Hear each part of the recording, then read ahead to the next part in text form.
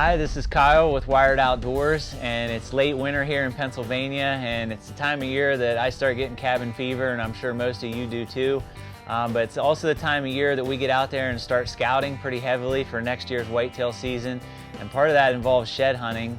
And you can see here I've got a bunch of sheds that we found here in Pennsylvania, and I know a lot of people out there have probably tried shed hunting and have covered a lot of ground and haven't had much luck. So what we're going to try to do today is give you some points and techniques that we use to find more antlers and hopefully make you a better shed hunter.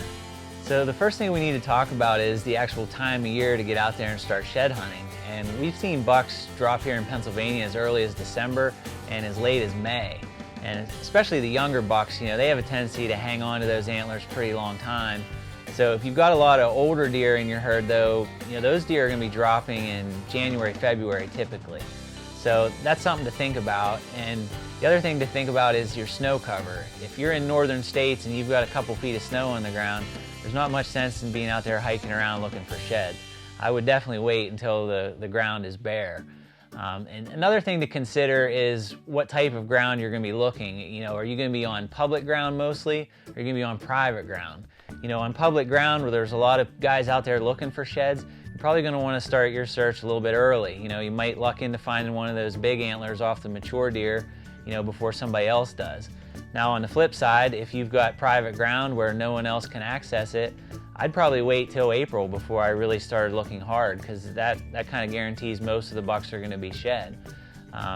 So one other thing to think about is if you're out there and you're doing some early shed hunting, say January, February, I'd probably focus on those food sources rather than the bedding areas. You know, you don't want to be into your bedding area pushing deer out if a lot of the bucks are still carrying their racks. And then finally, use those trail cameras. You know, they're a great asset. Keep track of your local herd, see what's going on. If a lot of your bucks are still carrying their racks, doesn't make any sense to be out there looking for antlers. But usually what happens is you'll start seeing a lot of half racks on the cameras.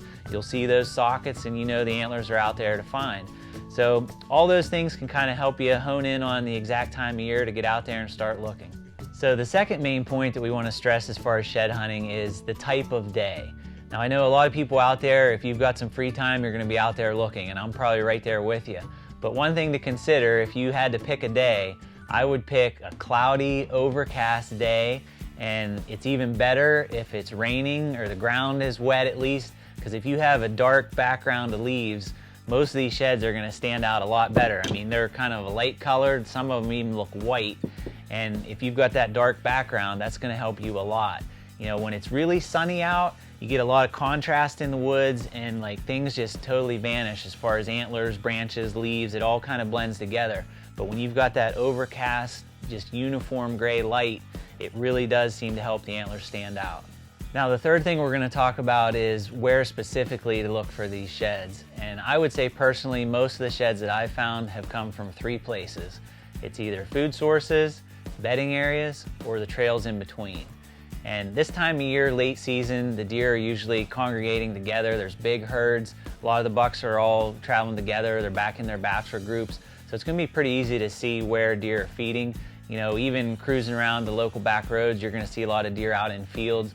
So if you know where there's a good field, food plot, places where you've got late season food, that's where they're going to all congregate. It's going to be the first place that I would start looking for sheds. Now, when we're talking about food sources, don't forget about acorns. You know, if we have a mast year here in Pennsylvania, Big Oak Ridge is an awesome place to look for sheds. So think about inside the woods as well as your fields. And then bedding areas, usually the thicker the better here in Pennsylvania, especially if you've got mature bucks, you're looking for antlers. They're going to be in some of the nastiest places you can find. Super thick swamps sometimes, you know, briars, you name it, thorns. The nastier, the better. You know, check out those south-facing slopes, places where they're going to get a little more sun, any kind of thermal cover, wind breaks, you know, thick brush rows, places where there's pines. Those are all going to be hot spots for the beds. One thing I'd mention too though is a lot of times the beds this time of year won't be very far from the food sources. Those deer, they don't want to travel very far, you know, like they would in the summertime. So thick areas near the food, those are going to be hot spots. And then finally, just the trails in between. Usually the trails this time of year are very visible. You're going to be able to see them. cover those main trails back and forth between the food sources and the bedding areas. And I think those 3 main areas are going to help you key in and find a lot of sheds. The 4th tip we have for you is to always wear your binoculars when you're shed hunting. And I know a lot of folks out there may not think about that, but it can save you a ton of walking, because when you're out there cruising around looking for sheds, you're always seeing things that look a little bit like a shed. You're not sure. It might be a tine sticking up through some grass, but to be able to just throw the glass up, check it out real quick, saves you from actually having to walk over and look at that. 9 times out of 10, it's just going to be a stick or a branch, but every now and then it's going to be an antler, and you're going to want to know that. And especially if you're cruising these green fields and places with low ground cover, you can glass all these fields from a high area, and any large sheds, you're going to see them right off the bat. So I would say always carry your binoculars. The 5th tip we have for you, and it's a pretty simple one, is just get out there, spend as much time as you possibly can in the woods, put the boots on the ground and cover the miles. The more ground you cover, the more chance you're going to find sheds. And every year I see guys that find a ton of sheds, and they're the ones that are spending the most time in the woods, and that's no coincidence. So even if you're not finding sheds right away, don't get discouraged. It's going to take more than 1 or 2 tries. So if you're out there and you're not finding much, you're still out there the best time of the year for scouting. I mean, hands down, you can see deer sign this time of year better than any other time. Last year's rut sign is very visible. All the deer trails are heavy. The scrapes are still on the ground. The rub lines are very visible.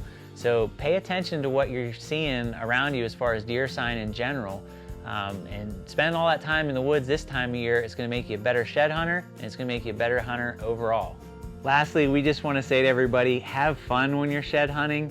Involve your friends and family. It's a great time to get the kiddos involved. You can see I'm a new dad here. This is Emma, and she's a little small to be hiking around on her own, but I'm probably going to put her in the pack and she can go out and look for some sheds with me. And it's a nice time of year to introduce kids.